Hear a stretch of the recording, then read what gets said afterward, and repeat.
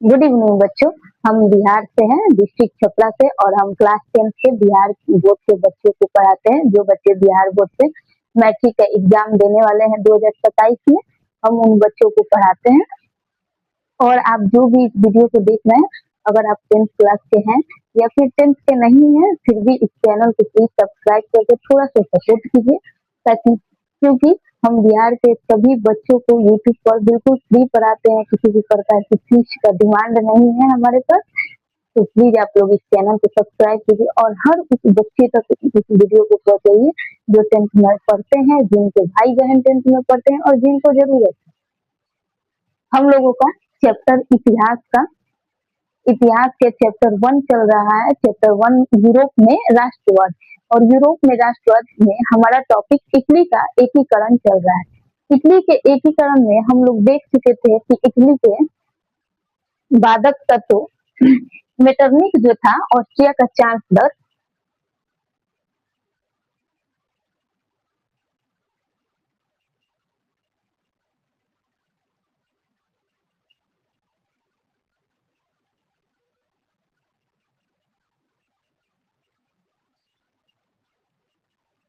Metternich जो था Austria का, कहाँ का चांसलर था? ऑस्ट्रिया का चांसलर था। हम लोग कुछ कुछ बातों को देख चुके हैं,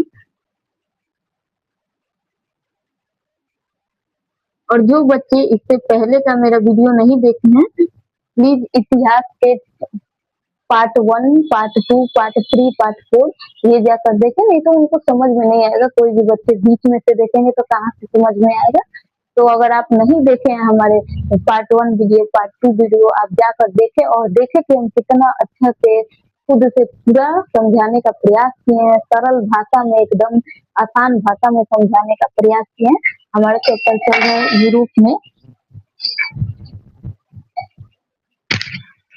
यूरोप में राष्ट्रवाद। और एक बार फिर से बोल रहे हैं बच्चों, प्लीज इस चैनल को थोड़ा सा सपोर्ट कीजिए। यूरोप में राष्ट्रवाद, हो सकता है जहाँ अभी आप पढ़ते हो उससे बेहतर हम पढ़ा सके, या कहीं अगर आपको नहीं समझ में आता हो तो आप हमारे वीडियो को देख कर समझ सके। यूरोप में राष्ट्रवाद हमारा चैप्टर चल रहा है, और हमारा टॉपिक कौन सा चल रहा है? इटली का एकीकरण। और उसमें हम लोग देख चुके हैं कि जो मेजिनी था, मेजिनी कहाँ का चांसलर था?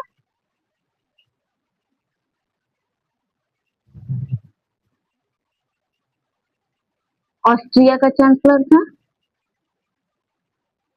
ऑस्ट्रिया यूरोप एक महादेश है, और ऑस्ट्रिया उसमें एक देश है। मेजिनी कहाँ का चांसलर था? ऑस्ट्रिया का चांसलर था। और मेजिनी ने क्या किया था? मेजिनी ने इटली के जो इटली के अंदर जितने सारे राज्य थे, इटली में जितने सारे राज्य सम्मिलित थे, उसे अलग अलग बांट दिया था, उसके राज्यों को विभाजित कर दिया था सिसिली और नेपल्स के प्रदेश में। इटली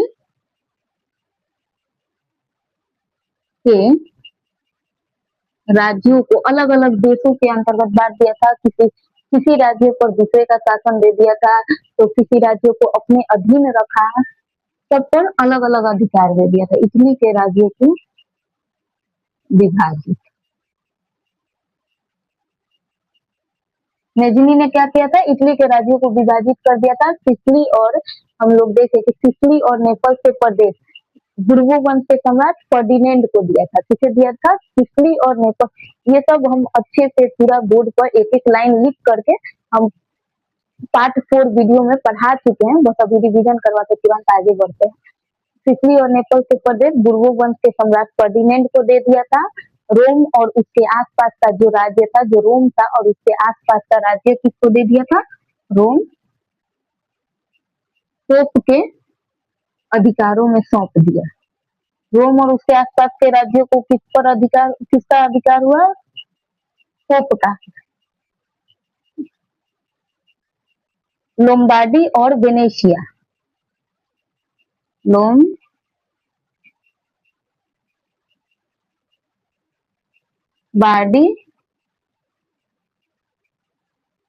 और वेनेशिया लोम्बार्डी और वेनेशिया पर किसका अधिकार हुआ? तो ऑस्ट्रिया का।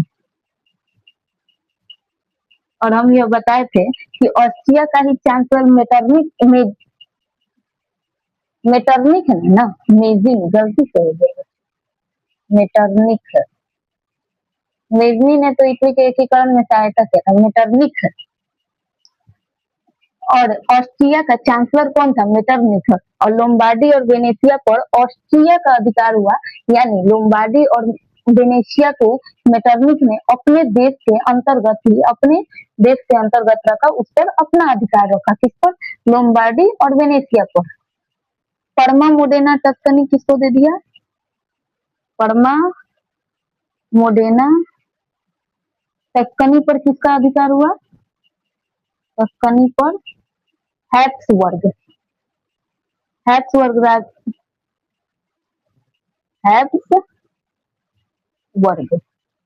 और सार्डिनिया तथा जेनेवा और सार्डिनिया को पीडमाउंट के राज्यों में सम्मिलित कर दिया गया। जेनेवा और सार्डिनिया को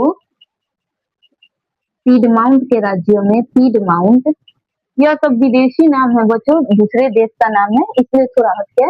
पीडमाउंट के राज्यों में सम्मिलित कर दिया, यानी मेटरनिक ने इटली के पूरे राज्यों को बांट दिया था।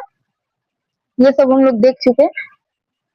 और इन्हीं सब राज्यों को एक करके इटली का एकीकरण करना था, जिसमें और इटली के एकीकरण में कई सारी बाधाएं आ रही थी। जब इटली को एक करने की कोशिश किए जा रहा था तो बहुत कठिनाइयां आ रही थी, क्योंकि हम भी कुछ काम को शुरू करते हैं तो शुरू में कठिनाइयां आती और बहुत बच्चे उस शुरू के कठिनाइयों से ही भाग जाते हैं, जो हमें नहीं भागना चाहिए। बच्चों आप लोग कमेंट कीजिएगा अगर हम फास्ट बोल रहे होंगे तो ज्यादा। तो इटली के एकीकरण में कई सारे बाधक तत्व आ रहे थे, जैसे इटली को कई छोटे बड़े राज्यों में विभाजित कर दिया गया था। ऑस्ट्रिया और फ्रांस, जो दो देश थे, वो इटली के एकीकरण में हस्तक्षेप करते थे। और रोम की क्या इच्छा, पोप की क्या इच्छा थी कि इटली का एकीकरण उसके नेतृत्व में हो। और हम लोग इटली के एकीकरण के सहायक भी तत्व देख चुके हैं कि कौन कौन ने सहायता किया इटली के एकीकरण, इटली को एक करने में किस प्रकार से सहायता मिली, किस किस देशों से सहायता मिली, किसने किसने सहायता की, तो हम लोग देख चुके हैं कि 1789 की क्रांति, 1830 और 1848 की जो फ्रांस की क्रांति था, उसका प्रभाव इटली पर पड़ रहा था और इटली में राष्ट्रीयता का विकास हो रहा था। इटली में राष्ट्रीयता का विकास हो रहा, और खासकर नेपोलियन, मेज़नी, काउंट काबूल और गैरीबाल्डी ने महत्वपूर्ण योगदान दिया इटली को एक करने में। और इन चारों ने मिलकर इटली का एकीकरण किया। किसने? मेज़नी। किसका मुख्य योगदान रहा? ये सब हम पढ़ा चुके हैं, तुरंत आगे बढ़ रहे हैं। मेज़नी, नेपोलियन,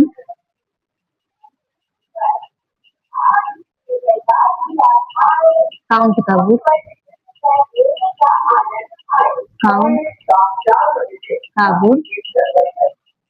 गैरीबाल्डी।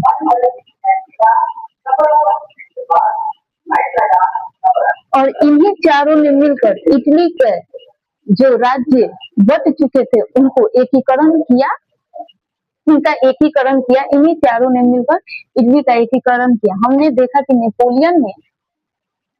नेपोलियन और मेज़नी ने किस प्रकार इटली को एकीकरण करने में सहायता दी, यह हम लोग देख चुके हैं। नेपोलियन ने क्या क्या किया था?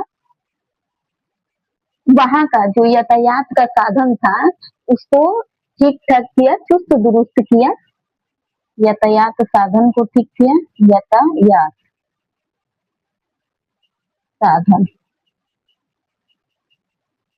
यातायात साधन को चुस्त दुरुस्त किया। और एक मिनट, और इटली विजय के बाद इटली को 3 गणराज्यों में गठित किया, यानी इतने सारे जो राज्यों में बटे थे उनको 3 गणराज्यों के अंतर्गत, 3 गणराज्यों में 3 गणराज्यों में इटली का गठन किया। 3 गणराज्यों के अंतर्गत इटली को लाया। स्पाइन,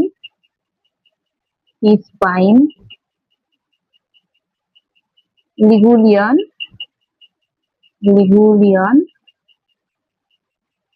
ट्रांसपेडेन,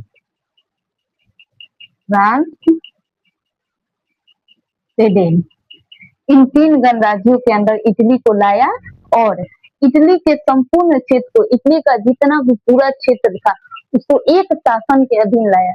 जैसे हम लोग देखे हैं ना कि सिसिली और नेपल्स के दूसरे का अधिकार था, परमा मोडेना टस्कनी पर हैप्सबर्ग का अधिकार था, रोम और उसके आसपास के राज्य उसके हाथ में थे। तो संपूर्ण क्षेत्र को, इटली के जितने क्षेत्र थे उनको एक ही शासन के अधीन लाया कि वो बोला नहीं सब पर अलग अलग शासन नहीं चलेगा, उसको एक शासन के अधीन लाया क्योंकि ताकि कोई भी फैसला लिया जाए तो सभी राज्यों में लागू हो सके, एक शासन के अधीन लाया। एक शासन के अधीन संपूर्ण क्षेत्र को लाया। इतना किसने किया? नेपोलियन ने।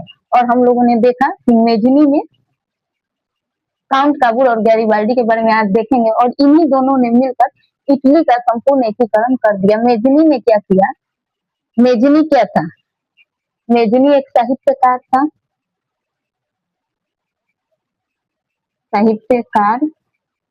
गणतांत्रिक विचारों का समर्थक और योग्य सेनापति था। मेजनी का संबंध यानी मेजनी किस संगठन से, किस संस्था से जुड़ा हुआ था? कोई एक संस्था था जिसका नाम था कार्बोनरी संस्था से मेजनी का संबंध था। यह परीक्षा में 1 नंबर के सवाल में हमेशा पूछता है कि मेजनी का संबंध किस संगठन से था। तो मेजनी का संबंध कार्बोनरी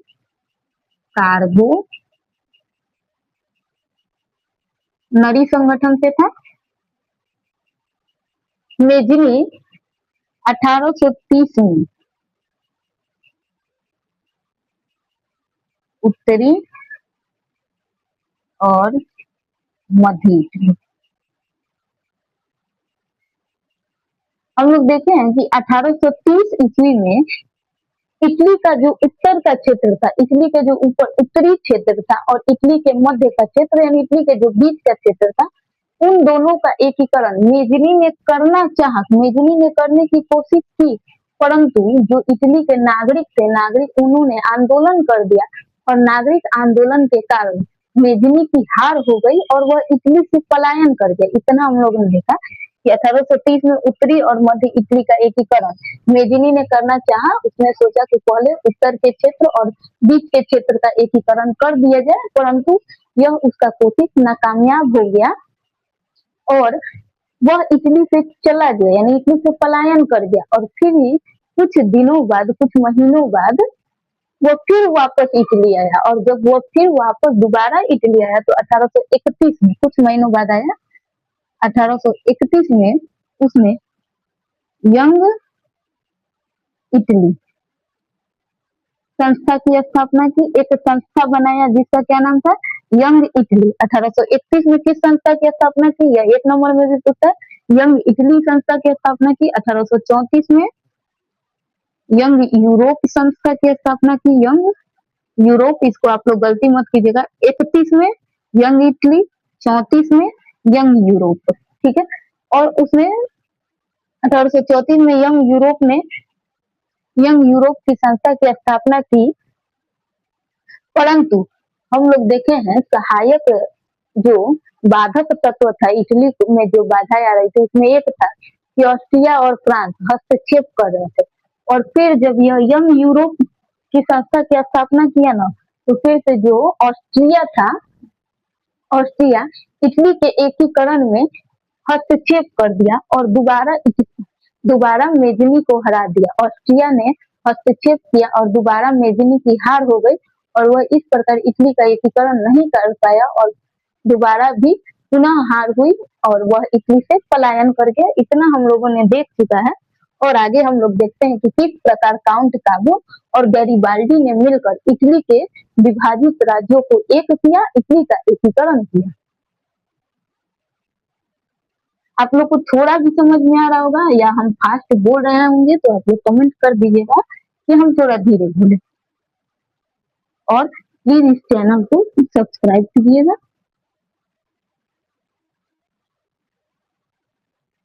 ताकि आप लोगों को भी मेरा रोज डाला गया, हम रोज वीडियो डालते हैं, रोज डाला गया वीडियो आप लोगों तक भी पहुंच सके। दोस्तों में शेयर जरूर कर दीजिएगा। आज हम लोग को देखना है काउंट काबूर के बारे में कि काउंट काबूर और गैरिबाल्डी ने मिलकर इटली का एकीकरण किस प्रकार किया। हमारा आज का टॉपिक, फर्स्ट टॉपिक क्या है?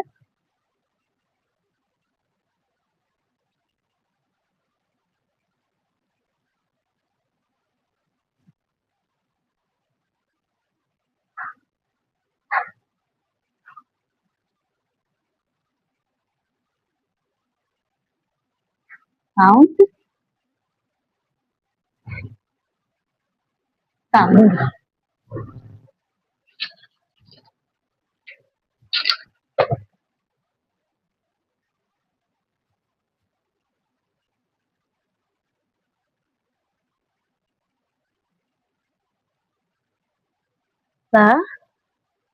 सार्डिनिया पीडमाउंट का शासक, सार्डिनिया पीडमाउंट, धीरे लिखेंगे तो काम नहीं हो पाएगा। सार्डिनिया पीडमाउंट का शासक विक्टर इमैनुअल था।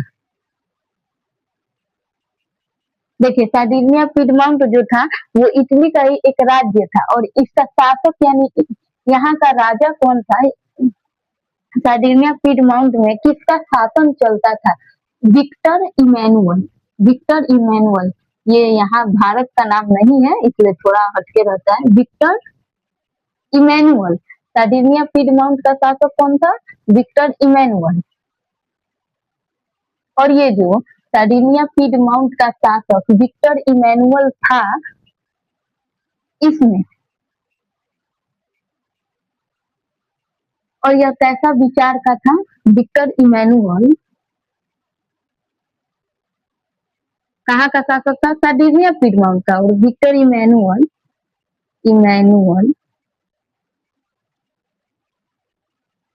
विक्टर इमैनुअल राष्ट्रवादी विचार का था, राष्ट्रवादी विचार का था। यानी इसका विचार कैसा था? विक्टर इमैनुअल का विचार कैसा था? राष्ट्रवादी, यानी यह इसके अंदर राष्ट्रवादी विचार था।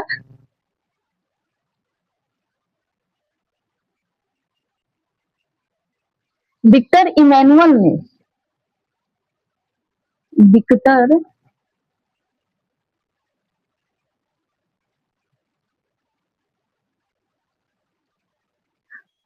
आप लोग वीडियो देखकर एक बार किताब पढ़ते हैं तो आप लोग को पूरा अच्छा से एकदम समझ में आ जाएगा और आप लोग भूलेंगे भी नहीं अगर एक दो बार रिवीजन भी करते हैं तो। विक्टर इमैनुअल ने काउंट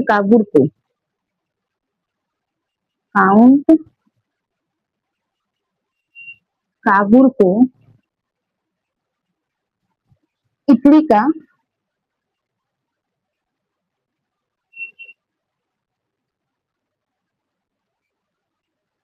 प्रधान मंत्री बना दिया। विक्टर इमैनुअल जो सार्डिनिया पीडमाउंट का शासक था, वहां का जो राजा था, उसने काउंट काबूर को इटली का प्रधानमंत्री बनाया। काउंट काबूर को इटली का प्रधानमंत्री किसने बनाया? काउंट काबूर को इटली का प्रधानमंत्री विक्टर इमैनुअल ने बनाया। विक्टर इमैनुअल कौन था? सार्डिनिया पीडमाउंट का शासक था। वहाँ का राजा था और इसका विचार कैसा था, राष्ट्रवादी विचारधारा का था। हम लोग इतना देख लिए। सर्डिनिया पीडमाउंट का शासक विक्टर इमैनुअल था। विक्टर इमैनुअल राष्ट्रवादी विचार का था। विक्टर इमैनुअल ने काउंट काबूर को इटली का प्रधानमंत्री बनाया। इटली का क्या बनाया, प्रधानमंत्री बना दिया। किसने बनाया, विक्टर इमैनुअल ने। अब देखेंगे काउंट काबूर। काउंट काबूर, काउंट काबूर एक सफल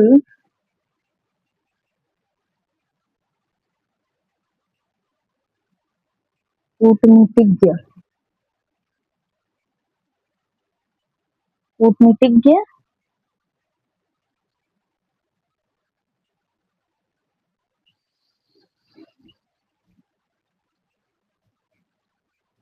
राष्ट्रवादी था। काउंट काबूर कैसा था, काउंट काबूर को इटली का प्रधानमंत्री किसने बनाया, विक्टर इमैनुअल ने। और काउंट काबूर कैसा विचार का था, तो काउंट काबूर एक सफल कूटनीतिज्ञ यानी सफल एक सफल मंत्री, एक सफल शासक एवं राष्ट्रवादी था। इसके अंदर अपने देश के लिए, यानी यह राष्ट्रवादी था जो कि इटली में सुधार चाहता था, इटली का एकीकरण चाहता था।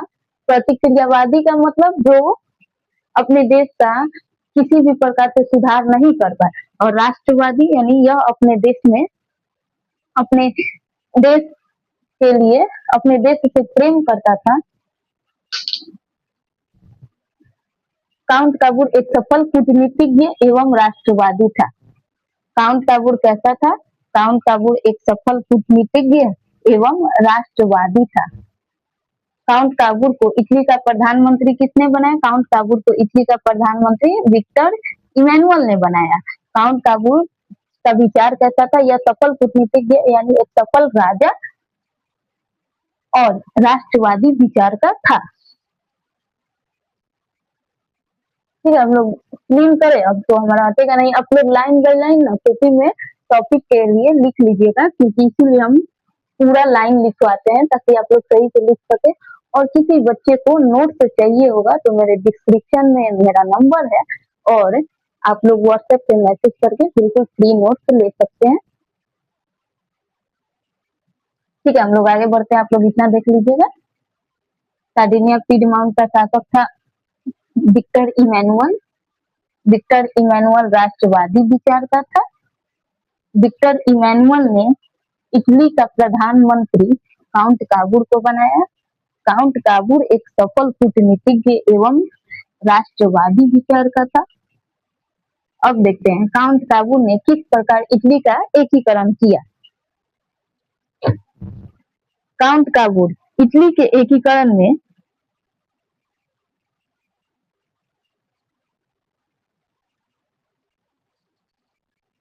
काउंट काबूर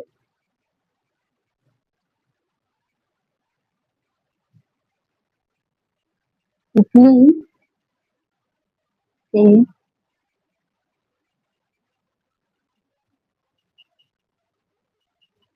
एकीकरण में सबसे बड़ी बाधा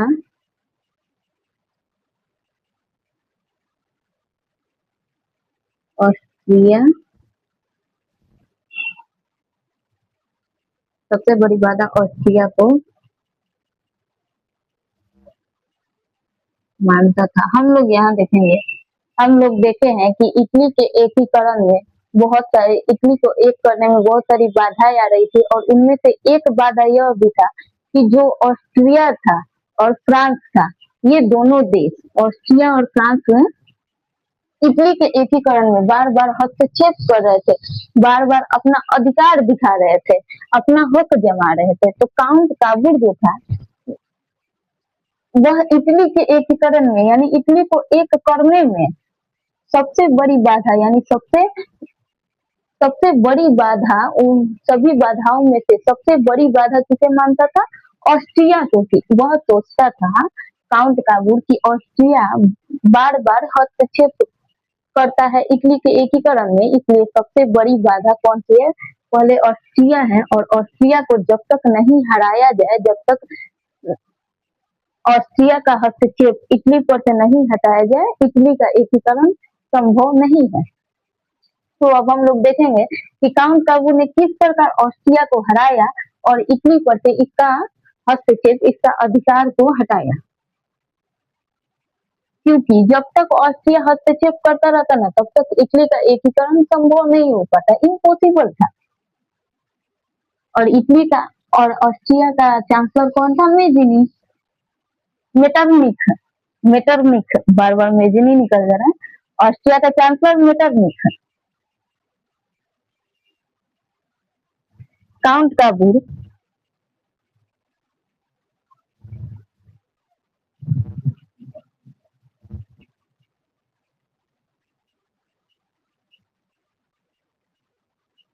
काउंट काबूल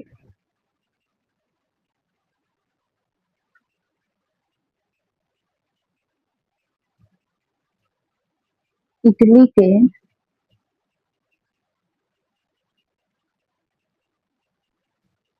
एकीकरण, आप लोग वीडियो देख रहे हैं, वीडियो के नीचे ही ब्लैक कलर के सब्सक्राइब का बटन होगा, पहले रेड होता था, और प्लीज उस बटन को दबाएं, दोस्तों में शेयर करें। काउंट काबूल इटली के एकीकरण में सबसे बड़ी बाधा, इटली के एकीकरण के लिए बाय मिस्टेक, इटली के एकीकरण के लिए फ्रांस से सहायता ली, फ्रांस से सहायता ली। देखिए, जो काउंट काबूल था, इटली के एकीकरण में बाधा तो दोनों था, ऑस्ट्रिया और फ्रांस दोनों ही हस्तक्षेप करते थे, लेकिन काउंट काबूल ने इटली के एकीकरण के लिए फ्रांस से ही मदद ली। फ्रांस से वह मिल गया, कौन? काउंट काबूल। ऑस्ट्रिया को हराने के लिए वह फ्रांस से मिल गया, फ्रांस के साथ एक हो गया, और फ्रांस का मदद लेकर इस ऑस्ट्रिया को हरा दिया, और बाद में फ्रांस को भी हरा दिया था। हम लोग देखेंगे कि पहले काउंट काबूल क्या किया, इटली के एकीकरण के लिए फ्रांस के साथ मिल गया, और इसके साथ ही मिलकर ऑस्ट्रिया को हरा दिया। हम लोग देखते हैं कि किसी से किसी चीज सीखना होता है, तो हम लोग पहले बोलते हैं ना, पेट में घुसकर उससे सीख लेते हैं, और बाद में उसी को धोखा दे देते हैं। तो काउंट काबूल ने भी कुछ इस प्रकार किया कि इटली के एकीकरण के लिए फ्रांस से मिल गया, फ्रांस से मिलकर इसका मदद लेकर और इसकी मदद से ऑस्ट्रिया को हरा दिया, और बाद में फ्रांस को भी हराया था।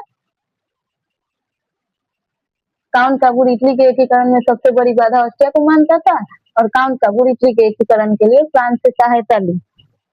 1853-54 के 1853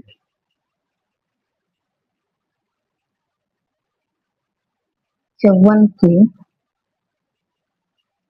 क्रीमिया के युद्ध में, क्रीमिया के युद्ध में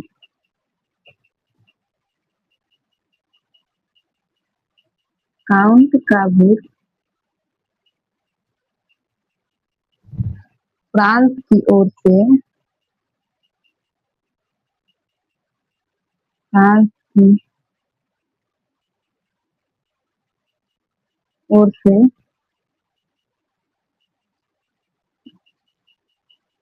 युद्ध में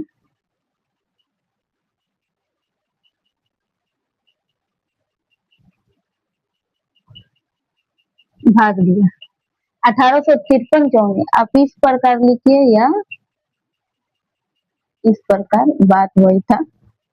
1853-54 के क्रीमिया के युद्ध में काउंट काबूल फ्रांस की ओर से युद्ध में भाग लिया। देखिए, 1853 ईस्वी में, 1853 से लेकर 1854 ईस्वी के बीच एक युद्ध हुआ।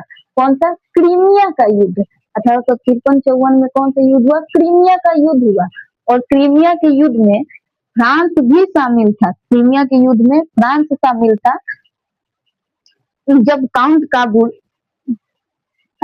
इटली का एकीकरण के लिए फ्रांस से मिल गया था, तो उसने काउंट काबूल ने 1853-54 के क्रीमिया के युद्ध में फ्रांस शामिल था और इसकी मदद की। काउंट काबूल फ्रांस की ओर से युद्ध में भाग लिया।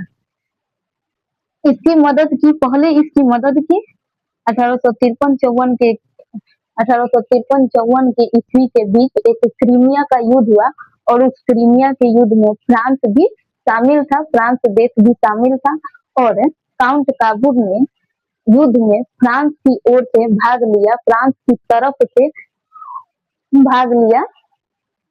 हम लोग जैसे बोलते हैं कि हम इसकी टीम से खेल रहे हैं, उसी तरह काउंट काबूल भी फ्रांस की ओर से युद्ध में भाग लिया। किस युद्ध में? क्रीमिया के युद्ध में।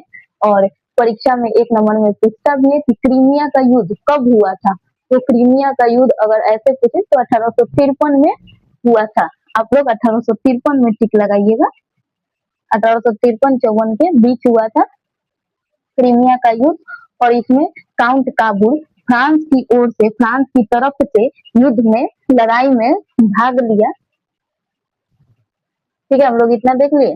काउंट काबूल इटली के एकीकरण में सबसे बड़ी बाधा किसे मानता था? ऑस्ट्रिया को मानता था और ऑस्ट्रिया को हराने के लिए काउंट काबूल ने इटली के एकीकरण में फ्रांस की मदद ली और फ्रांस से सहायता ली। पहले फ्रांस की मदद किया और फिर फ्रांस से ऑस्ट्रिया को हराने के लिए मदद लिया भी। 1853-54 के क्रीमिया के युद्ध में काउंट काबूल फ्रांस की ओर से युद्ध में भाग लिया।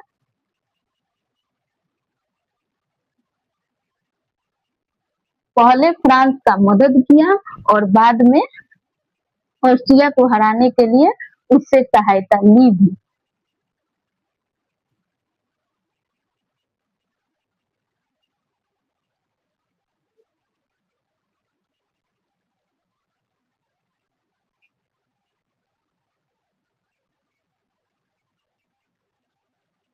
काबुल में, शॉर्टकट में काबुल बोल रहे हैं।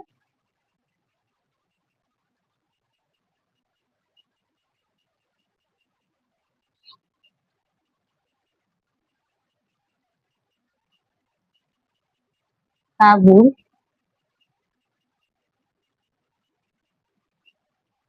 ऑस्ट्रिया को हराने के लिए, काबुल ऑस्ट्रिया को हराने के लिए, काबुल ऑस्ट्रिया को हराने के लिए फ्रांस से एक संधि की, एक संधि की। जो काउंट काबुल था वह ऑस्ट्रिया को हराना चाहता था और ऑस्ट्रिया को हराने के लिए उसने फ्रांस की पहले सहायता की। उससे सहायता लेने के लिए पहले क्रीमिया के युद्ध में फ्रांस की ओर से युद्ध में भाग लिया और काबुल ऑस्ट्रिया को हराने के लिए, यानी ऑस्ट्रिया को वह हराना चाहता था और उसके लिए फ्रांस के साथ, काबुल फ्रांस के साथ एक संधि किया, यानी एक योजना बनाई। काउंट काबुल ऑस्ट्रिया को हराने के लिए फ्रांस के साथ मिलकर एक योजना बनाई, एक संधि की। काबुल ऑस्ट्रिया को हराने के लिए फ्रांस के साथ एक संधि की, यानी एक योजना बनाई फ्रांस के साथ मिलकर। फ्रांस को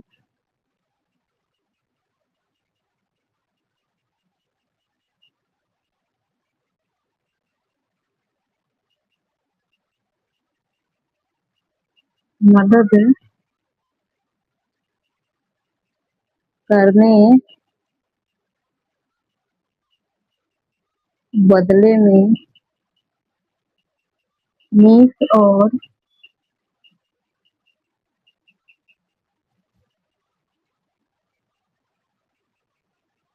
सेवाएं नामक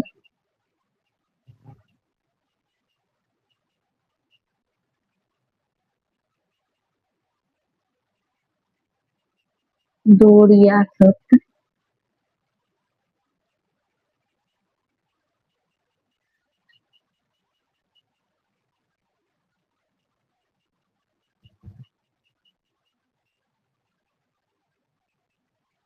दो रियासत काबुल की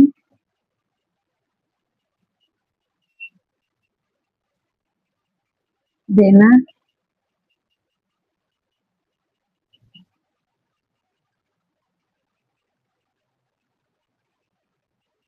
स्वीकार किया।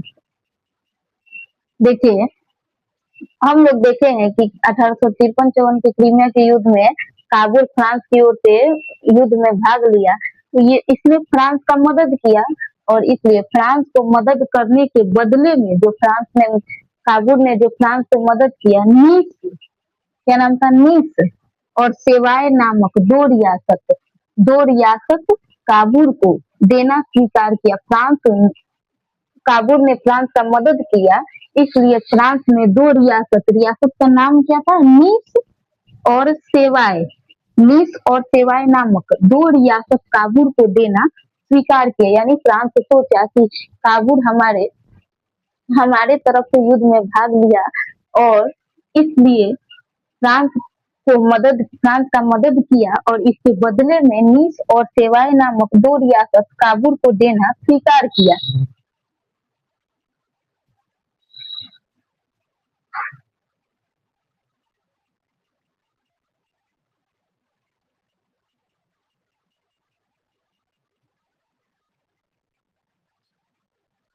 फ्रांस ने आश्वासन दिया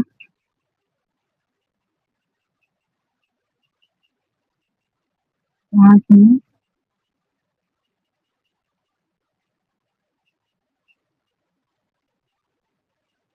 आश्वासन दिया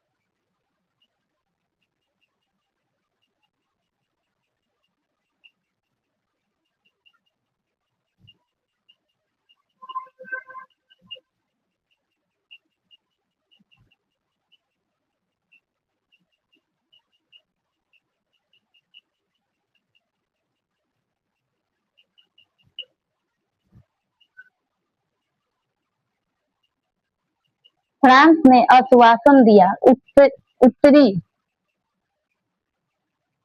उत्तरी और मध्य इटली का रियासत पीडमाउंट में मिलाना चाहेंगे तो हम इसका विरोध नहीं करेंगे। यानी फ्रांस अच्छा ये फ्रांस जो फ्रांस को मदद करने के बदले में नीस और सेवाए नामक दो रियासत काबुल को देना स्वीकार किया। कौन कौन सा रियासत काबुल को देना स्वीकार, नीस और सेवाए। और फ्रांस ने यह भी आश्वासन दिया, यानी फ्रांस ने उसे विश्वास दिलाया, किसको, काबुल को। फ्रांस ने काबुल को विश्वास दिलाया, आश्वासन दिया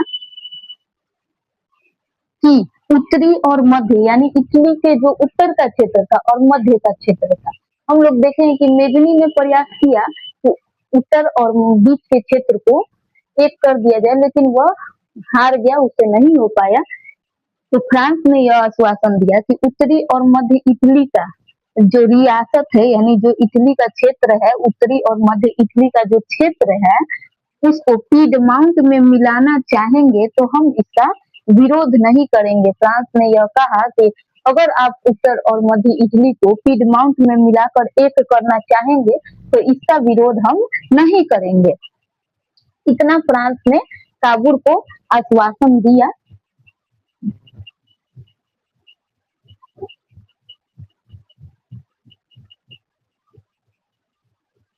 फ्रांस ने कौन सी दो रियासत काबुल को दिया था, तो नीस और सेवाए। और काबुल ऑस्ट्रिया को हराने के लिए फ्रांस के साथ एक संधि किया था। और उतना डिटेल में हम लोग नहीं पढ़ेंगे बच्चों, एक एक बात, क्योंकि उतना हमारे चैप्टर में दिया भी नहीं है और उतना हम लोग पढ़ेंगे तो चैप्टर बहुत लंबा हो जाएगा और आपके एग्जाम में इतना डीपली क्वेश्चन नहीं पूछता है। एक संधि किया 1859-60 ईस्वी में।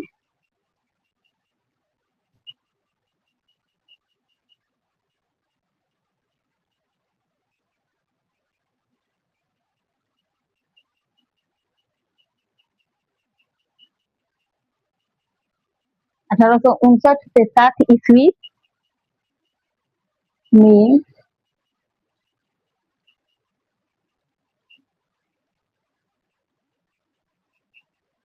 ऑस्ट्रिया और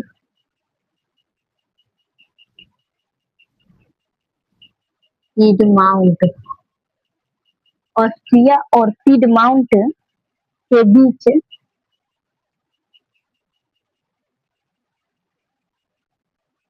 सीमा संबंधी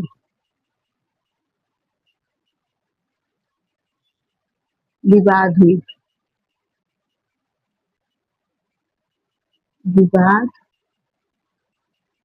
हुआ।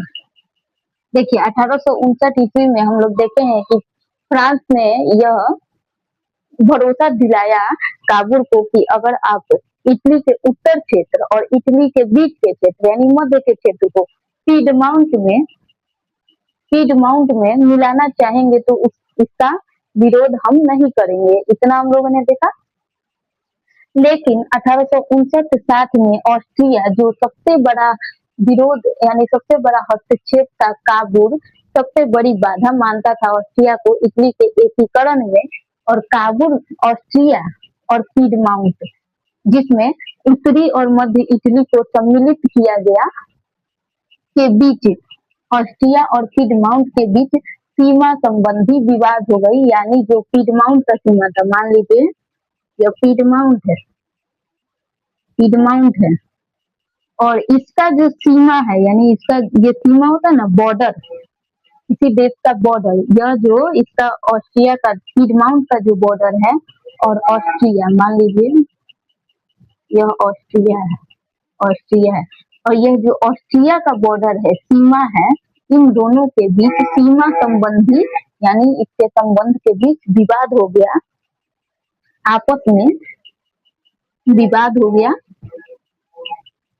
किसके? तो ऑस्ट्रिया और पीडमाउंट के बीच सीमा संबंधी विवाद हुआ। कब? 1859-60 में, जब पीडमाउंट के राज्य में उत्तरी इटली और मध्य इटली को सम्मिलित कर दिया गया, तभी ऑस्ट्रिया पीडमाउंट से सीमा संबंधी विवाद कर लिया। फिर से इसने हस्तक्षेप करने की कोशिश की। जब पीडमाउंट ने इटली के उत्तर क्षेत्र और इटली के मध्य के क्षेत्र को सम्मिलित कर दिया, फ्रांस के मदद से काबुल ने इटली के उत्तर क्षेत्र को और इटली के मध्य के क्षेत्र को पीडमाउंट में मिला लिया, पीडमाउंट के साथ एकीकरण कर दिया। तब ऑस्ट्रिया ने क्या किया? पीडमाउंट के साथ सीमा संबंधी विवाद कर दिया। सीमा संबंधी विवाद हुआ कब? 1859-60 में।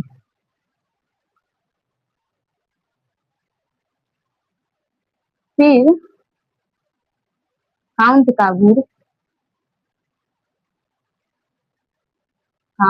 काबूर ऑस्ट्रिया को हराकर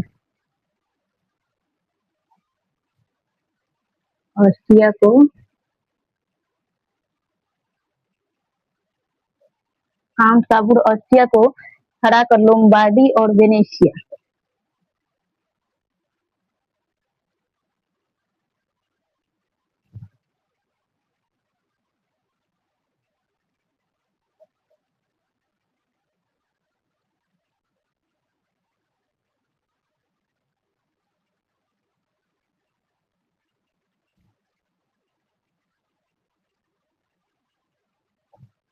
हम लोग देखते हैं, हम लोग देखे थे कि लोम्बार्डी यानी इटली का जो दो राज्य था, लोम्बार्डी और वेनेशिया पर किसका अधिकार था?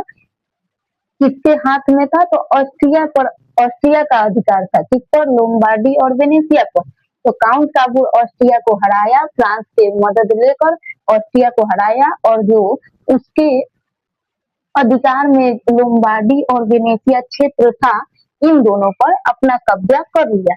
काउंट काबुर ऑस्ट्रिया से लोम्बार्डी और वेनेशिया के क्षेत्र को भी छुड़ा लिया, यानी उससे आजाद किया, ऑस्ट्रिया का अधिकार हटाया और उसको अपने अधीन। काउंट काबुर बाद में दो राज्य लोम्बार्डी और वेनेशिया को भी अपने अधीन कर लिया, ऑस्ट्रिया को हराया।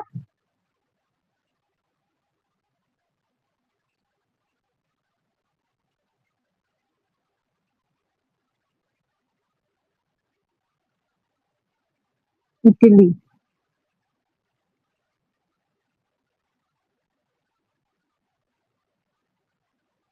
के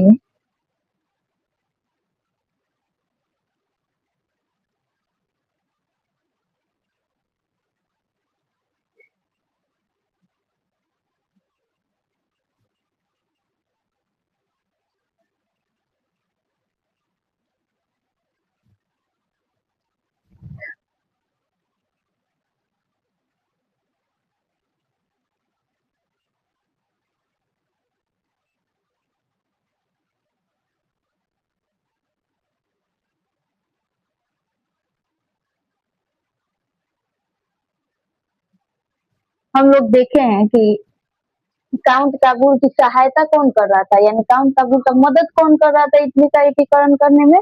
फ्रांस मदद कर रहा था। क्यों? क्योंकि काउंट काबुल भी फ्रांस की ओर से क्रीमिया के युद्ध में भाग लिया था और क्रीमिया के युद्ध को जिताया था। तो इटली के राष्ट्रवाद, यानी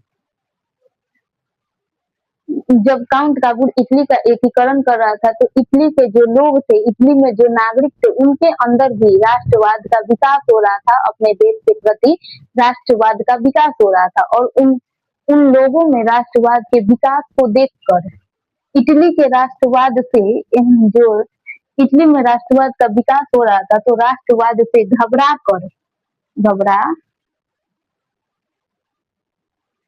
घबरा कर अचानक, यानी अचानक से फ्रांस युद्ध से अलग हो गया, यानी फ्रांस काउंट काबुल का साथ छोड़ दिया। अचानक फ्रांस जब देखा कि इटली के लोगों के अंदर भी राष्ट्रवाद का विकास हो रहा है और फ्रांस हस्तक्षेप भी करता था, इसीलिए फ्रांस घबरा गया और अचानक ही इटली से युद्ध से अलग हो गया। कौन? फ्रांस। हम लोग देखें कि 1859-60 में ऑस्ट्रिया और पीडमाउंट के बीच सीमा संबंधी विवाद हुआ। काउंट काबुल ऑस्ट्रिया को हराया और फिर लोम्बार्डी और वेनेशिया का जो क्षेत्र था उस पर भी अपना कब्जा किया, उसको भी ऑस्ट्रिया से छुड़ाया। और इटली के राष्ट्रवाद में जो विकास हो रहा था, राष्ट्रवाद का जो विकास हो रहा था, तो कौन? फ्रांस जो था, काउंट काबुल का सहायता कर रहा था, वह घबरा गया, अचानक घबरा गया और युद्ध से अलग हो गया।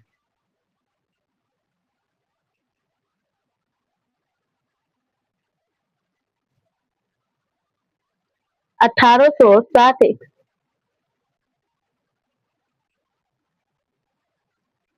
एक संधि के तहत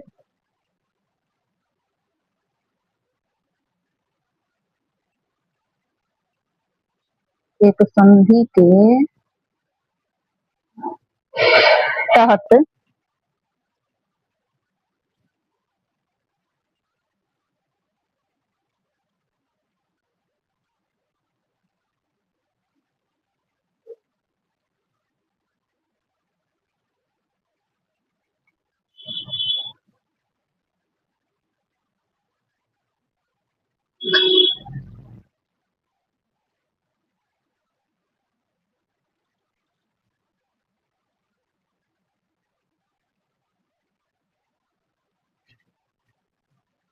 हम लोग इसको मिटाते हैं।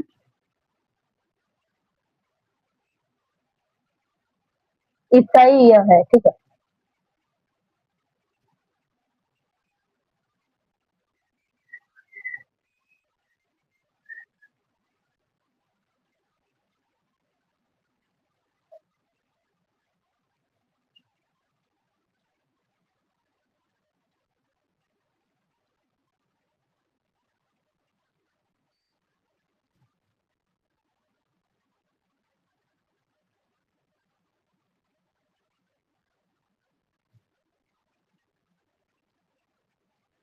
देखिए, एक संधि यानी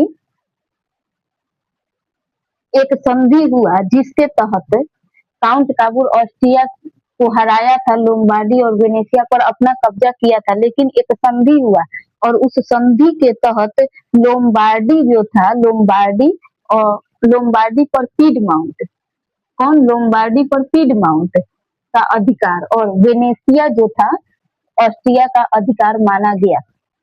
एक संधि के तहत एक संधि हुआ जिसके तहत लोम्बार्डी पर पीडमाउंट का अधिकार और वेनेशिया पर ऑस्ट्रिया का अधिकार माना गया और लोम्बार्डी और वेनेशिया को दोनों पर किसका कब्जा था, काउंट काबुल का कब्जा था, लेकिन जब एक संधि हुआ तो लोम्बार्डी पर पीडमाउंट, लोम्बार्डी पर पीडमाउंट का अधिकार हो गया और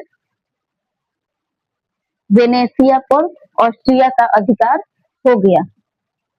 ठीक है, हम लोग आगे बढ़े।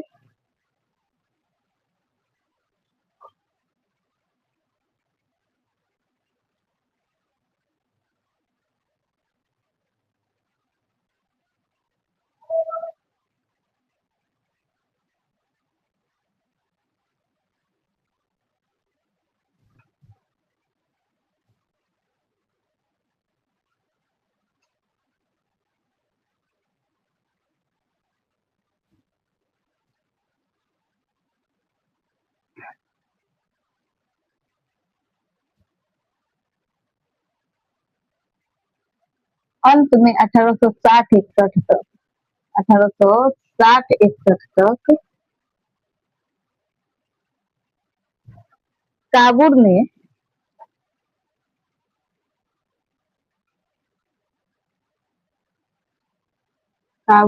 रोम को छोड़कर रोम को छोड़कर उत्तरी और मध्य इटली के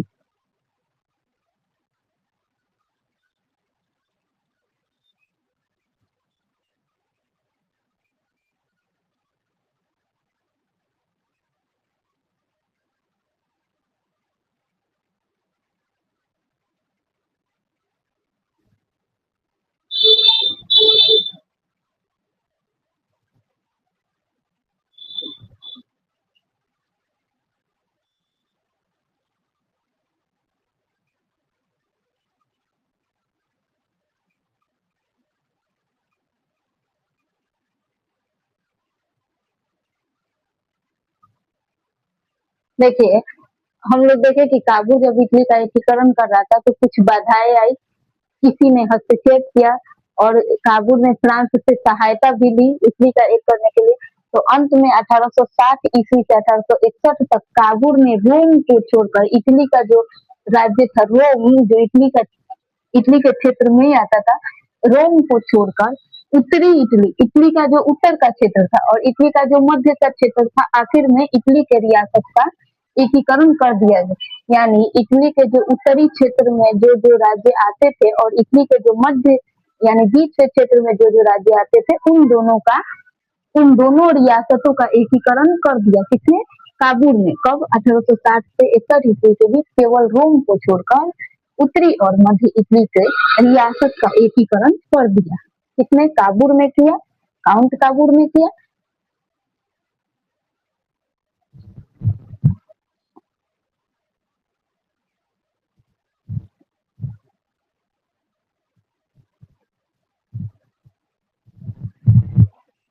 ठीक है, अब हम लोग देखते हैं काउंट काबुल ने इतना कर दिया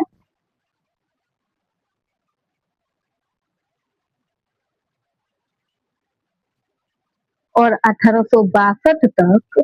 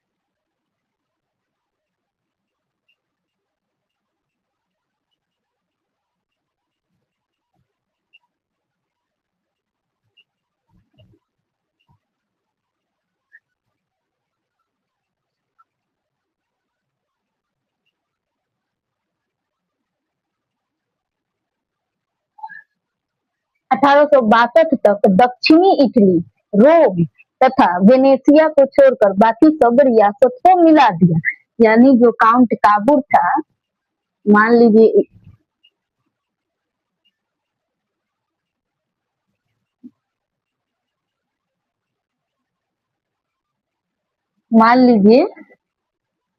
यह इटली है,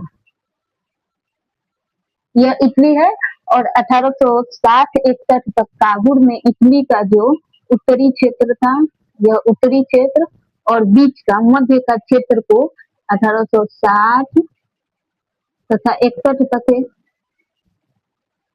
एकीकरण कर दिया। उत्तरी इटली और मध्य की इटली के क्षेत्र को 1860-61 तक एकीकरण कर दिया और 1862 ईस्वी तक, कब 1862 ईस्वी तक दक्षिणी इटली यानी जो दक्षिण का भाग था, जो दक्षिणी इटली दक्षिण का जो भाग था और इटली दक्षिणी इटली रोम, इसके अंदर जो रोम साम्राज्य था तथा वेनेसिया को छोड़कर बाकी सब रियासत को मिला लिया। मान लीजिए कहीं रोम था और कहीं वेनेसिया था, दक्षिणी इटली, रोम तथा वेनेसिया को छोड़कर बाकी सब रियासत को 1862 ईस्वी तक काबुल में एकीकरण कर दिया।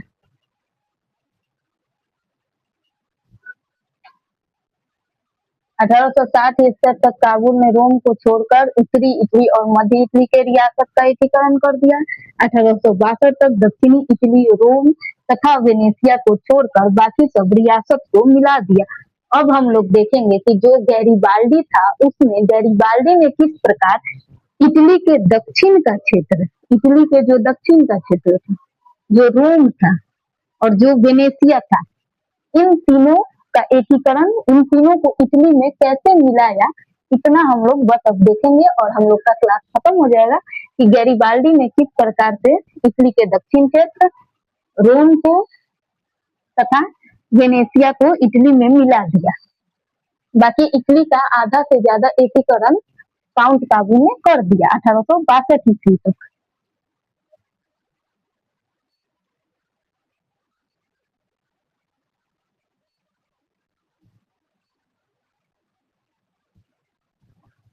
अब हम लोग पढ़ेंगे गैरिबाल्डी के बारे में। हमारा नेक्स्ट टॉपिक गैरिबाल्डी है।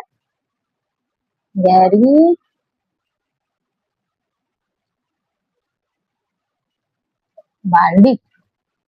गैरिबाल्डी का क्या क्या योगदान था हम लोग देखेंगे। गैरिबाल्डी, गैरिबाल्डी पेशे से एक नाविक था, पेशे से एक नाविक था और मेजनी के विचारों का समर्थक था। और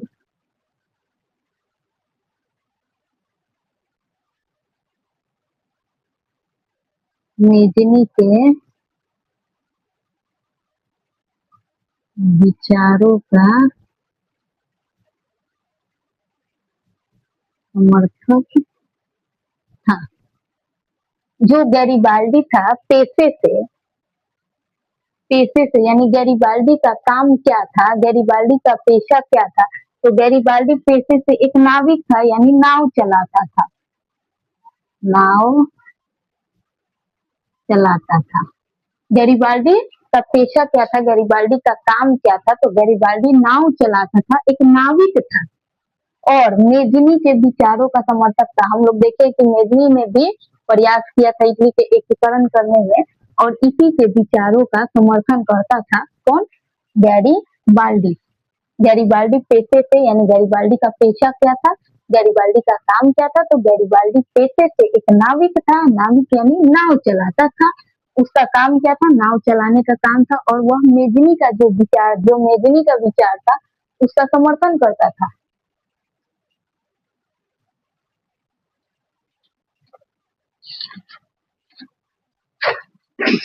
गैरिबाल्डी ने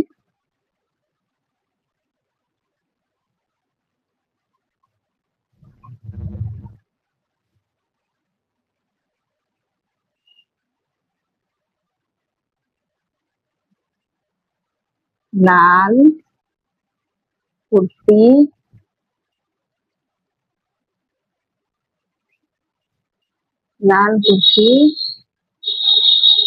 सेना का गठन किया। सेना का गठन किया। गैरिबाल्डी ने लाल कुर्सी सेना का गठन किया। परीक्षा के 1 नंबर में पूछता है कि गैरिबाल्डी ने किसका गठन किया था, तो गैरिबाल्डी ने एक सेना का गठन किया, एक सेना बनाया। गैरिबाल्डी ने एक सेना को तैयार किया, एक सेना बनाया और उस सेना का नाम क्या था? लाल कुर्सी। सेना का नाम क्या रखा? लाल कुर्सी। गैरिबाल्डी ने एक सेना बनाया, सैनिकों से एक सेना का गठन किया और उस गठन का नाम था लाल कुर्सी सेना। गैरिबाल्डी ने किस सेना का गठन किया? गैरिबाल्डी ने लाल कुर्सी सेना का गठन किया।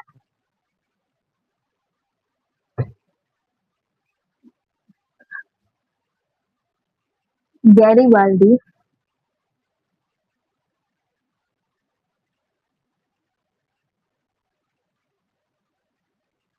सिसिली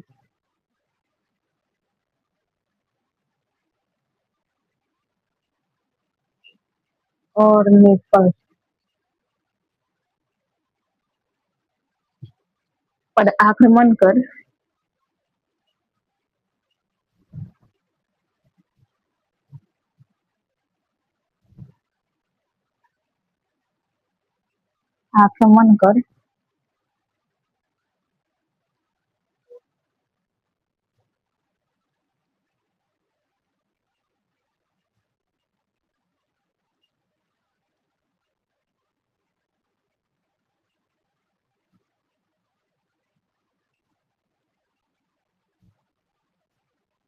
गैरिबाल्डी, देखिए हम लोग देखे हैं कि इटली का 2 राज्य था, सिसिली और नेपल्स। इन सब का एकीकरण यानी इन सबको काउंट काबू ने एकीकरण कर दिया था, एक इटली के अंतर्गत मिला दिया था। गैरिबाल्डी सिसिली और नेपल्स यानी जो 2 राज्य था, सिसिली और नेपल्स पर आक्रमण कर दिया। वहां आक्रमण कर वहां गणतंत्र का स्थापना किया, यानी इटली का जो 2 राज्य था, सिसिली और नेपल्स, वहां जनता के शासन का स्थापना कर दिया, यानी वहां जनता के शासन का स्थापना किया, गणतंत्र का स्थापना किया। इटली के 2 राज्यों पर, सिसिली और नेपल्स पर गैरिबाल्डी ने गणतंत्र का स्थापना किया, जनता का शासन का स्थापना किया। जनता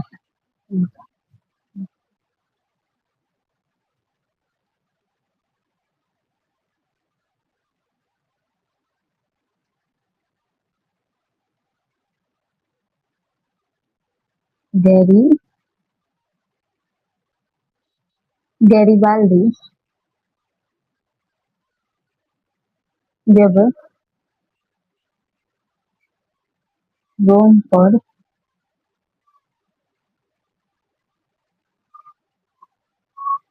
आक्रमण का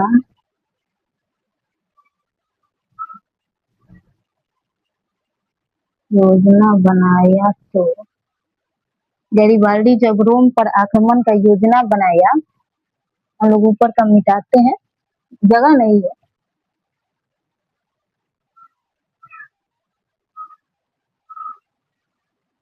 योजना बनाया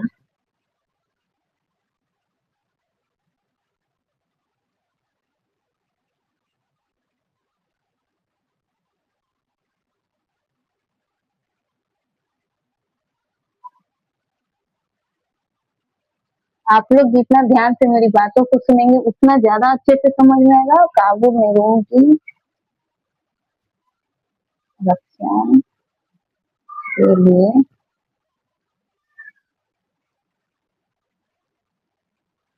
अपनी सेना भेज दी। देखिए हम लोग देखे हैं कि काउंट काबूल और गैरिबाल्डी दोनों का उद्देश्य यही था कि इटली का एकीकरण करना है, लेकिन गैरीबाल्डी काउंट काबूर को नहीं जानता था या काउंट काबूर गैरीबाल्डी को नहीं जानता था। तो गैरीबाल्डी जब रोम पर आक्रमण का योजना बनाया, क्योंकि हमने देखा कि इटली के दक्षिण के क्षेत्र रोम और वेनेशिया को छोड़कर बाकी सब रियासत का एकीकरण काबूल ने कर दिया था, रोम का एकीकरण नहीं किया था। तो गैरीबाल्डी जब रोम पर आक्रमण का योजना बनाया, उसने सोचा कि रोम पर आक्रमण करके उसको इटली के अंतर्गत शामिल किया जाए। तब तो काबूल ने रोम की रक्षा के लिए अपनी सेना भेज दी, यानी काबूल सोचा कि दूसरा कोई रोम पर आक्रमण करके उसे हथियाना चाहता है, इसीलिए जब गैरीबाल्डी जब रोम पर आक्रमण किया, उद्देश्य दोनों का एक था कि इटली के अंतर्गत ही इटली में ही रोम को मिलाना था, लेकिन गैरीबाल्डी को नहीं पता था, काबूल को नहीं पता था कि गैरीबाल्डी भी रोम को इटली में मिलाना चाहता है। इसलिए गैरीबाल्डी जब रोम पर आक्रमण का योजना बनाया, तो काबूल ने रोम की रक्षा के लिए अपनी सेना को भेज दी।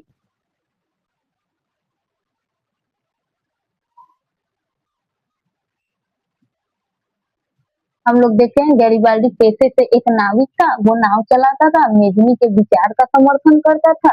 गैरीबाल्डी ने लाल कुर्सी सेना का गठन किया था, एक सेना बनाया था जिसका नाम क्या था, लाल कुर्सी, और इन्हीं सेना के गठन से वह आक्रमण करके इटली का एकीकरण करना चाहता था। इन सेना के तहत इन सेना से मदद लेकर एक सेना का गठन किया और इस सेना की सहायता से वह इटली का एकीकरण करना चाहता था। गैरीबाल्डी ने सिसिली और नेपल्स पर आक्रमण किया अपने सेना की मदद से। सिसिली और नेपल्स पर आक्रमण कर वहां गणतंत्र यानी वहां जनता के शासन का स्थापना किया। और गैरीबाल्डी जब रोम पर आक्रमण का योजना बनाया कि हम क्यों न रोम पर भी आक्रमण करके इटली में इसको शामिल करें, तब काबूल में रोम की रक्षा के लिए रोम को बचाने के लिए अपनी सेना भेजी।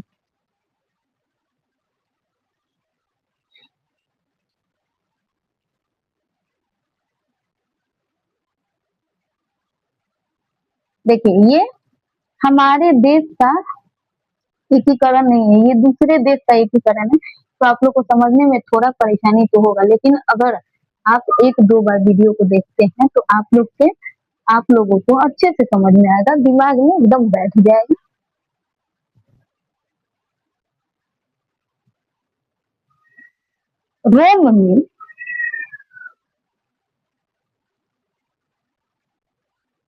रोम में गैरीबाल्डी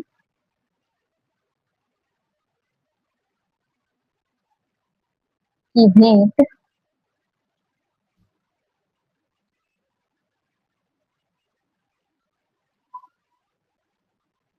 काबूल से हुई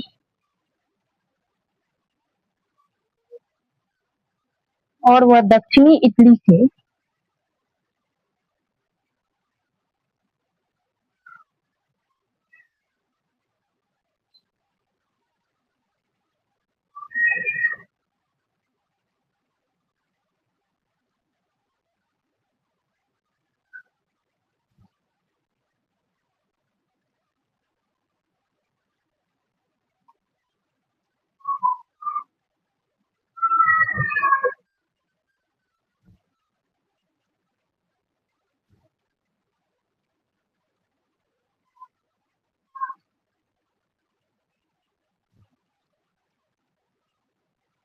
समझिएगा यहाँ पे विक्टर,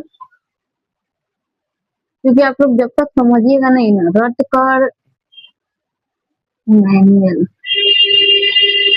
रट कर समझ नहीं पाएगा, और एक बार कहानी समझ गया तो बस कुछ बातों को याद करना पड़ेगा। विक्टर इमैनुअल को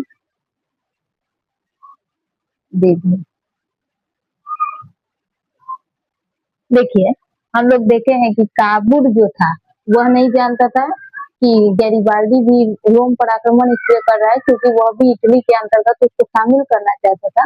और काबूल में इटली के जितने भी इटली के उत्तर के क्षेत्र, इटली के मध्य के क्षेत्र को पीडमाउंट में मिला दिया था, एकीकरण करके पीडमाउंट में मिला दिया था। और पीडमाउंट का शासक कौन था? विक्टर इमैनुअल था। पीडमाउंट का शासक कौन था? विक्टर इमैनुअल था। और पीडमाउंट में ही इटली के जितने क्षेत्र थे, इटली के एकीकरण को मिलाया था काबुल में। और रोम में गैरीबाल्डी की भेंट, यानी जब काबुल में रोम की रक्षा के लिए सेना भेजा, तब गैरीबाल्डी और काबुल दोनों की भेंट कहाँ हो गई? रोम में हो गई। रोम में गैरीबाल्डी और काबुल दोनों की भेंट हुई, और वह भेंट हुई, आपस में विचार किए, तब उन दोनों को आपस में पता चला कि वह भी इटली का एकीकरण ही करना चाहता है। इसलिए वह दक्षिणी इटली के जीते हुए क्षेत्र को, यानी गैरीबाल्डी जो सिसिली और नेपल्स पर आक्रमण करके गणतंत्र का स्थापना किया था, सिसिली और नेपल्स को जीता था, और जीते गए क्षेत्र को, दक्षिणी इटली के जीते हुए क्षेत्र को विक्टर इमैनुअल को दे दिया, यानी पीडमाउंट में ही सम्मिलित करने के लिए दक्षिण इटली के जीते हुए क्षेत्र को गैरीबाल्डी ने विक्टर इमैनुअल को दे दिया। आप लोग यहाँ समझ लीजिए। काबुल में इटली के जितने क्षेत्र जीते थे, काबुल ने उत्तरी इटली और मध्य इटली का एकीकरण किया था, और उन दोनों के क्षेत्र को किसमें मिला दिया था? पीडमाउंट में मिला दिया था। और पीडमाउंट का शासक कौन था? Victor Emmanuel. सभी जीते हुए राज्यों को काबुल ने पीडमाउंट में मिलाया था। इसीलिए जब गैरीबाल्डी की भेंट काबुल से हुई और उसे पता चला, तो उसने भी दक्षिण के इटली का जो जीता हुआ क्षेत्र था, वो विक्टर इमैनुअल को दे दिया पीडमाउंट में मिलाने के लिए। और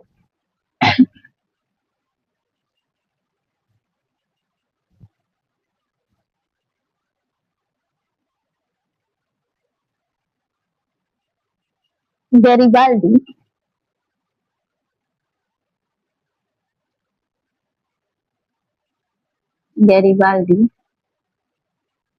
अपनी सारी संपत्ति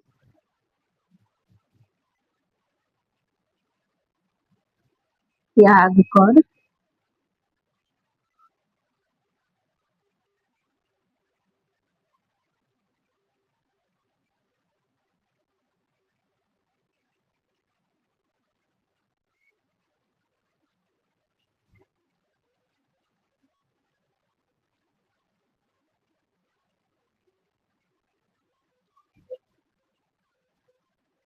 जीने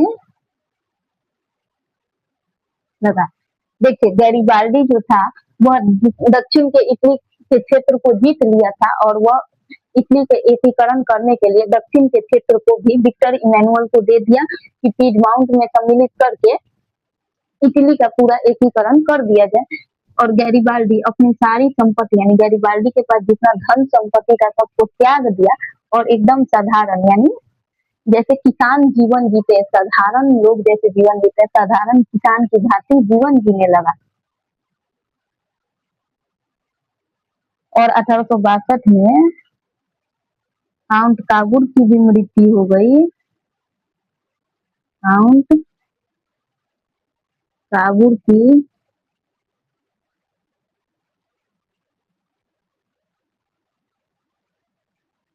मृत्यु हो गई। यह अपना सारा धन संपत्ति धन संपत्ति त्याग दिया, और किसान की भांति जीवन जीने लगा। 1862 में काउंट काबुल की मृत्यु हो गई।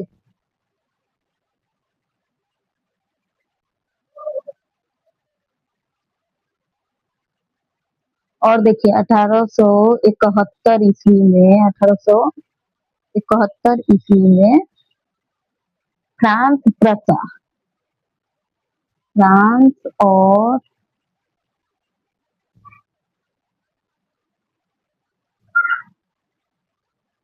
प्रसा युद्ध के दौरान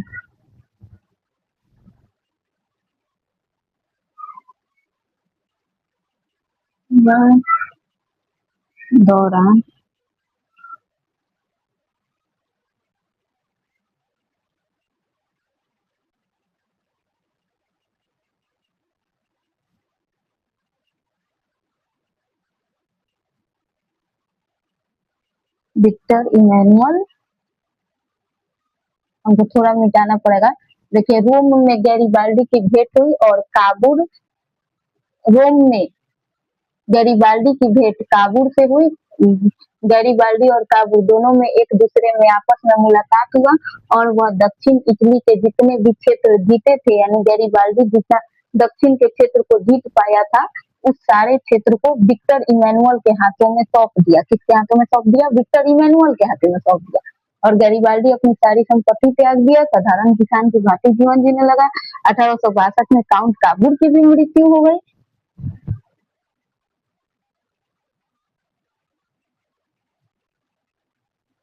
थोड़ा सा 1-2 लाइन और बचा है। और 1871 में, कब? 1872 में फ्रांस के काउंट काबुल की मृत्यु हुई। 1871 ईस्वी में फ्रांस प्रसा युद्ध के दौरान विक्टर इमैनुअल रोम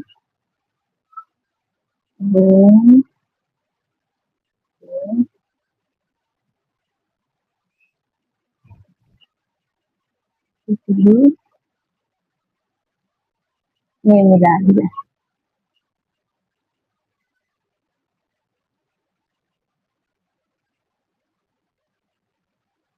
देखिए हम लोग देखे कि फ्रांस भी हस्तक्षेप कर रहा था, तो जब 1871 में फ्रांस और प्रसा इन दोनों के बीच युद्ध हो रहा था, किनके बीच? फ्रांस और प्रसा दोनों के बीच युद्ध हो रहा था और इसी युद्ध के दौरान फ्रांस प्रसा से बिजी हो गया था। फ्रांस किसके साथ बिजी हो गया? फ्रांस प्रसा के साथ बिजी हो गया था। और जब विक्टर और इस युद्ध के दौरान विक्टर इमैनुअल ने, जिसके हाथों में गैरिबाल्डी दक्षिण इटली के सारे क्षेत्र को सौंप दिया था, उसको दे दिया था, और विक्टर इमैनुअल देखा कि फ्रांस और प्रसा आपस में लड़ रहे हैं, इसका फायदा उठाया और विक्टर इमैनुअल ने रोम जो बचा था, केवल रोम बचा था, इटली में मिला लिया। रोम को भी इटली में मिला लिया। इस प्रकार इस प्रकार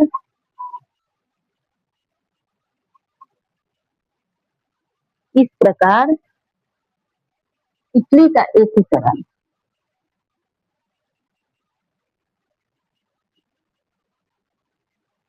एकीकरण 1871 ईस्वी में पूर्ण हुआ। ईस्वी में पूर्ण हुआ।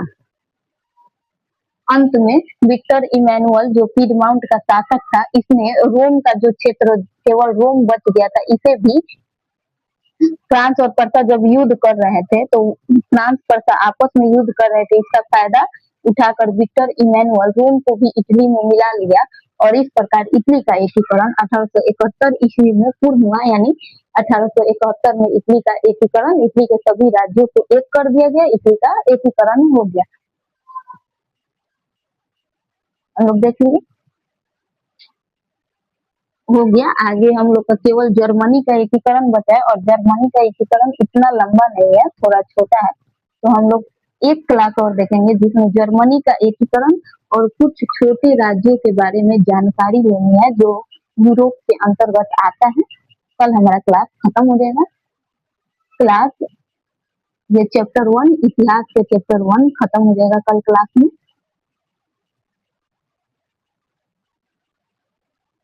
ठीक है, तो हम लोग देख लिए कि इटली का एकीकरण किस प्रकार हुआ। काउंट काबुल जो था, काउंट काबुल नहीं, नेपोलियन वहाँ की यातायात व्यवस्था जो था, वहाँ की जो यातायात की व्यवस्था थी, उसको ठीक ठाक किया। मेजनी ने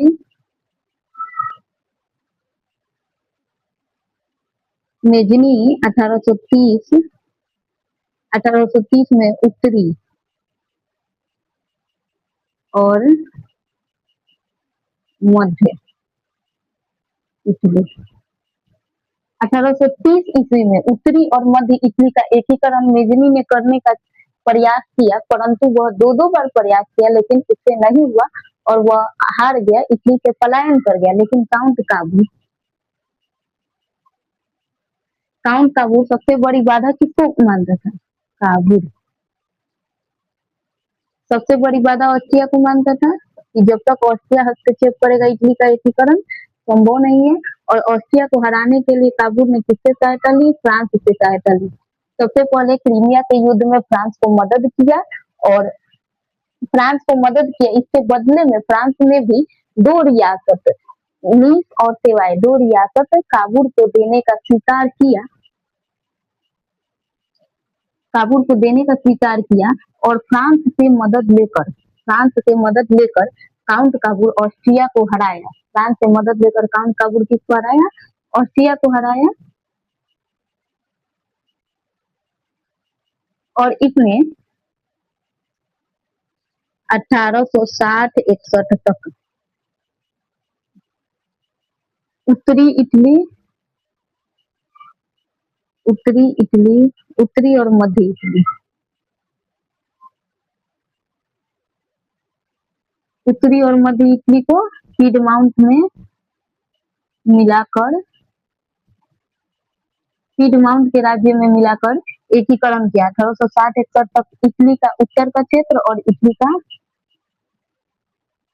मध्य के क्षेत्र को पीडमाउंट में मिलाकर एकीकरण किया। 1862 तक काबुल ने 1862 तक दक्षिणी इटली,